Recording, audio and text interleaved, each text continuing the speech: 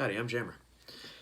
So, this video is going to be a little different than some of the others because at the time it was recorded, it was actually far after several other videos I have actually made up to this point, and so falls kind of outside, I guess, continuity, if we're going to call whatever I do with these things continuity, whatever.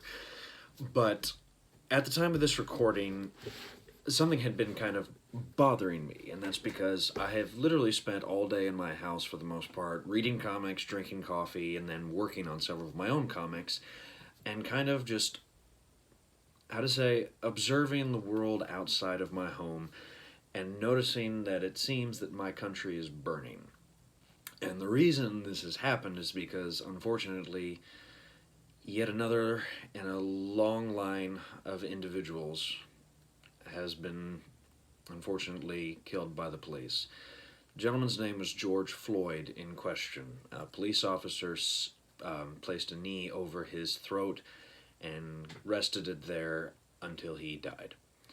And since that time, massive protests all across the country have been launched, several riots have taken place, and there has been a collective call to action. Just as quickly, there has been the usual drawing of lines on social media, YouTube, what have you. The lines are pretty drawn, pretty clearly.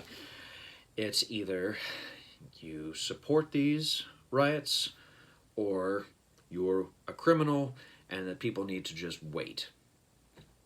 I've heard that argument, the second argument, over and over and over again, that people need to wait, that things take time. The only problem is that is a pretty old argument. And so thinking about the sort of response to people protesting, to inciting calls to action, and unfortunately in some instances pursuing riots which cause destruction of property, the reaction is to say or to dismiss these people and suggest that their argument is invalid, or far more importantly, that they don't need to be making a scene, that they should just wait and try to go about making change in the more traditional way. The only problem is that that argument falls on deaf ears, and far more often is not an attempt to placate the argument or try to find any common ground. Far more often the call to "we need to wait" is far more, and actually far more accurately translated as "you need to shut up." And I'm not just blowing smoke here. Several years ago, I was just perusing a bookstore and I happened to come across this book here. It's called 75 Arguments. It's an interesting little assortment of speeches and essays. Usually something like this you'll get in like an English 1301 course on a college campus. And there's several speeches and essays by various political leaders, writers, actors, novelists, what have you. But one of them is Letter from a Birmingham Jail by Martin Luther King Jr. And first off, if you don't know who Martin Luther King is, Google him. He's kind of important. Second, Letter from Birmingham Jail took place when Martin Luther King led a protest group, a peaceful protest group, and was immediately arrested for breaching the peace. While he was in the jail, he constructed this letter, which by and large was a reaction to his arrest, but far more was a reaction to individuals who were saying, "You're pushing people too much too quickly. You need to wait." And one of the keynotes of his letter is a passage that, in this book, is available on page 286. He says, "First, I must confess that over the last years I have been gravely disappointed with the white moderate. I have almost reached the regrettable conclusion that the Negro's great stumbling block in the stride toward freedom is not the white citizen's counselor or the Ku Klux Klanner, but the white moderate, who is more devoted to order than to justice, who prefers a negative peace, which is the absence of tension, to a positive peace, which is the presence of justice, who constantly says, 'I agree with you in the goal you seek, but I can't agree with your methods of direct action. who paternalistically feels that he can set the timetable for another man's freedom, who lives by the myth of time, and who constantly advises the Negro to wait until a more convenient season. Shallow understanding from people of goodwill is more frustrating than absolute misunderstanding from people of ill will.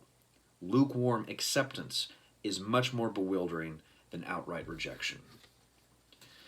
Basically, in that moment, Martin Luther King points out that the greater threat to the civil liberties of African Americans is not the Ku Klux Klaner who uses offensive language and calls for the death of all black people. It's not the sort of white conciliator who's trying to dominate the African American civil liberties. Far more often, it's the people who don't act, who say, well, we need to wait. And to which case, Martin Luther King notes in an earlier part of the speech, earlier part of the letter, and the later part of the letter as well, is how long do you want us to wait? And I know immediately the reaction from my viewer is, first off, what does this have to do with comics? Are you going to talk about March or what? I'm not. At least not in this video, because I haven't read March again. I haven't read March recently. I read it part of my book club, and I read the full trilogy a while back. But on the heels of George Floyd's death, I had actually finished a book that I had actually suggested in my local library purchase, and it was The Silence of Our Friends by Mark Long and Jim DeMonacos, with art by Nate Powell. Now, Nate Powell might be familiar because, fun fact, he's actually the artist behind March. He's actually done a lot of interesting artwork for a lot of books that have covered either like outright biographies of civil rights leaders. Again, if you don't know March, it's by John Lewis. He was one of the original freedom writers, and he is a representative for, I believe, the state of Georgia. I don't remember which district, but he has been a representative there for years, and he is a civil rights legend and actually marched alongside people like Rosa Parks, Martin Luther King, Harry Belafonte, what have you. Nate Powell did the artwork in this biography, and he also did the artwork in The Silence of Our Friends. And this book is as timely as ever because the book centers on an African-American lawyer and a white reporter. The African-American lawyer is really representative in the local college community where he's trying to help lead a coalition of students that's trying to protest injustices of civil liberties on the local college campus. And during a local march, police officers open fire, which then results in a massive firefight between students and police officers. But of course, the African-American students who led the demonstration are the ones who are blamed for it. Now, I'm not going to sit here and do, unfortunately, point-by-point analysis like I usually have with past videos, but I did at least want to talk a little bit about why this comic is important, not just because of the immediate sort of timely nature of it.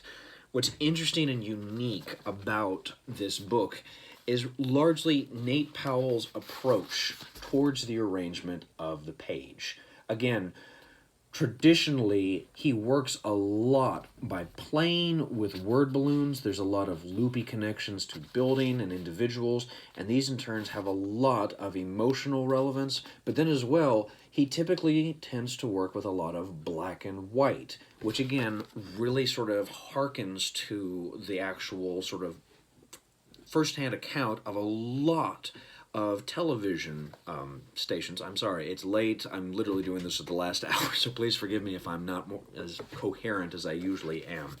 But again, using the structure of TV reporting, using the structure of, or just using the black and white, we see that even in highly dramatic moments like this passage here, where a little girl is effectively run over by a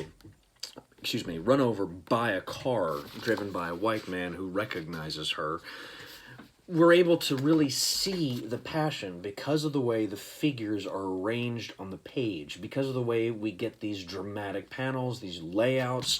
This is a book which understands the medium intimately. And so immediately what I would recommend to you, the reader, I promise I'm going to try to reread this book again in the future and do a much better review of it. But what's important about The Silence of Our Friends is the fact that it's a tad timely, yes, but it also demonstrates the fact that this shit is still relevant. No matter how much we like to believe the sort of myth that the civil rights activities of the 1960s and 70s brought massive sweeping social changes to the lives of everyday African Americans, and that was the end of racism, it's not. It's still happening. And I know, again, there are people who will like to suggest that systemic racism and violence against African Americans is highly overblown. But again, this keeps happening. Again, whether it was the Charleston church shootings, whether it was Tamir Rice, whether it was Michael Brown, it keeps happening.